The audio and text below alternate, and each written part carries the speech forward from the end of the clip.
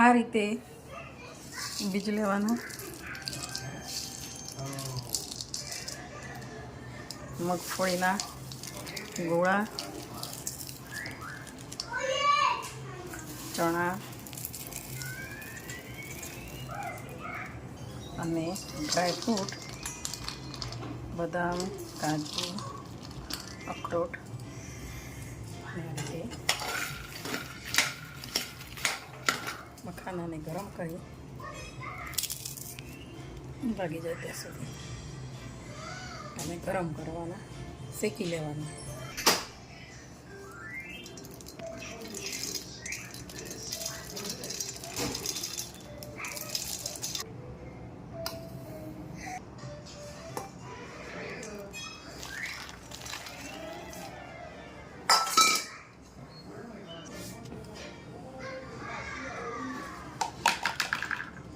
એકદમ આ રીતે ફાઇન પાવડર બનાવી અને આ રીતે ચાળણીમાં લઈ ચાળી દેવાનું.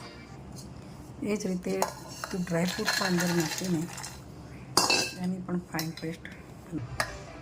આ રીતે સાકરના નાના નાના કટકા કરી એને પણ મિક્સર જારમાં નાખી એને પણ પ્રેસ કરી લે. આ રીતે જાર લઈ બધું ચાળી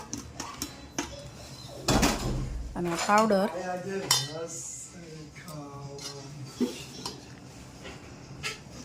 આ રીતે કન્ટેનરમાં ભરી લેવાનું. આ પ્રોટીન પાવડર થેન્ક યુ. આ મારા દીકરાને આપું, એ રોજ દૂધ સાથે પી અને ખુશ થશે.